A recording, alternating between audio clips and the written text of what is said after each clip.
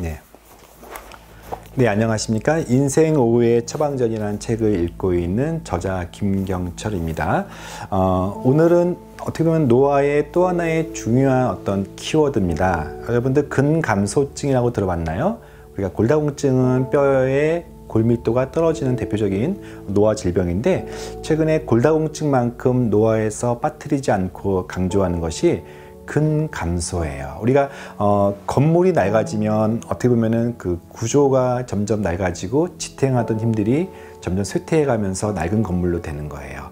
기본적으로 노화 중에 이 뼈나 또는 근육 같은 우리의 구조를 지지하는 것들이 감소가 되면서 허리가 굽고 그리고 무릎이 아파지면서 전반적으로 다시 어린아이가 되는 것처럼 몸이 낮아지는 시기가 슬프지만 노화의 현상이라고 할 수 있겠어요.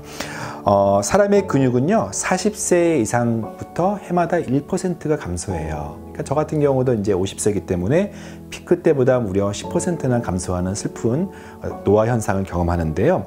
근데 지나치게 근력과 근육량이 줄어드는 것을 근감소증, 영어로 사코페니아라는 표현을 쓰는 거예요. 얼만큼 흔한가? 65세 이상 남자에서는요 38.3%나, 그러니까 남성 호르몬과 관련될 수가 있겠죠. 여성의 경우는 13.4%에서 그런 기준치 이하인 근감소증, 굉장히 흔한 질병이고 특히 남성에서 흔하다고 볼 수가 있겠습니다. 근감소증이 있으면요, 화장실 가기, 목욕, 요리 같은 기본적인 일상생활도 어렵게 해요. 흔히 말하는 노쇠라고 하는 프레일리티라고 합니다. 노쇠 현상이 발생되고요. 그리고 신체 기능을 장애를 일으킬 정도의 어떤 넘어져서 낙상돼서 골절 생긴다거나, 또는 병을 이기는 데 있어서도 이 근육이 되게 중요한데 그런 능력이 떨어지고 면역력이 떨어지는 거예요. 당뇨, 암, 심장병, 뇌졸중 같은 어떤 중요한 질병도 바로 이 근감소증이 있을 때 더 많이 발생한다. 물론 그런 질병이 있을 때 어떤 움직임의 제한 때문에 근감소가 오기도 서로 상호적으로 연결된다고 보시면 되겠어요. 근감소증이 생기는, 특별히 현대인들한테 이 근감소증이 생기는 원인은 이제 가장 중요한 원인 중에 교통수단이 발달되면서 사람들이 더 이상 걷지 않아요.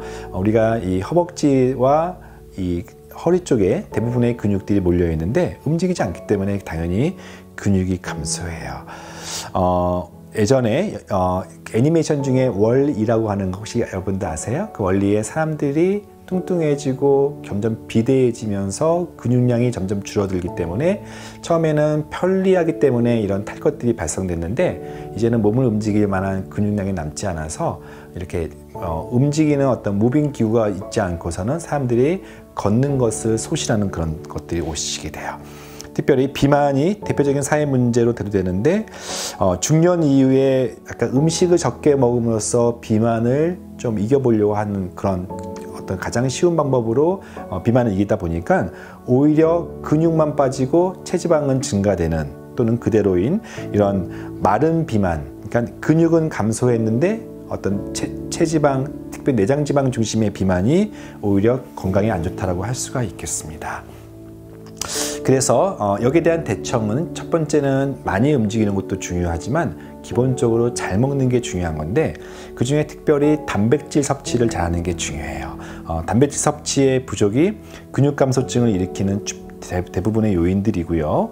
그래서 동물성 단백질을 무조건 많이 먹게 되면 또 중성지방이나 어떤 지방간의 위험이 있을 수 있어서 유기농, 콩 등 식물성 단백질도 좋은 대안이라고 할 수 있겠어요. 구체적인 수치 말씀드리면 하루 68g의 단백질이 필요하다고 보시면 되겠고요. 68g 어떤 의미죠? 보시면 닭고기 85g에 68g의 단백질이 포함되는 용량이에요. 또 생선 속에 약 21g 정도의 단백질이 포함되어 있어요. 소고기 285g 속에는 약 70g의 단백질이 있어요. 그러니까 얼추 닭고기, 소고기를 많이 먹으면 되겠다. 근데 100g의 콩에는요 약 35g 정도의 단백질이 있어요. 그러니까 이렇게 단백질을 우리가 먹기 위해서는 상당량의 고기와 상당량의 콩류를 먹어야 되는 부분들이 있어서, 최근에는 그것을 보충제 형태로 먹는 대표적인 방식이 이제 단백질 가루 또는 아미노산 등이라 할 수 있는데, 그 중에서 대표적인 아미노산이 근육을 강화시키는 영양제로 아르기닌이라고 있습니다. 알기닌. 체지방을 감소시키고 근육량을 증가시키는 효과가 있고요. 또 한 가지는 병원에서는 남성 호르몬을 주면서 좀 인위적으로 근육을 늘리는 방식도 있어요.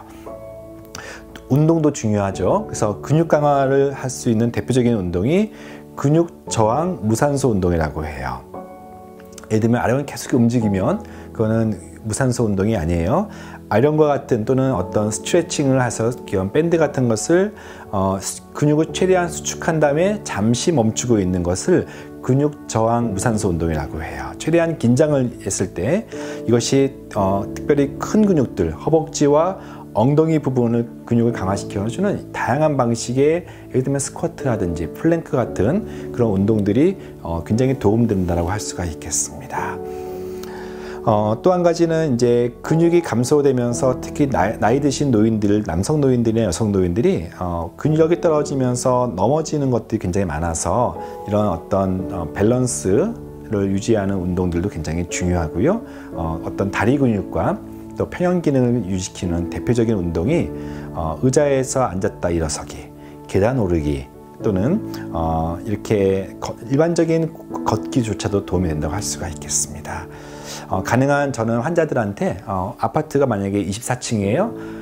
자, 걸어 다니시기 바랍니다 라고 얘기하는 이유가 가능한 걷기, 현대인들이 이 걷기, 달리기, 근육을 쓰기 등등은 소실한 것들을 기억하시고 여러분들이 연습하시고 도움받기 바랍니다.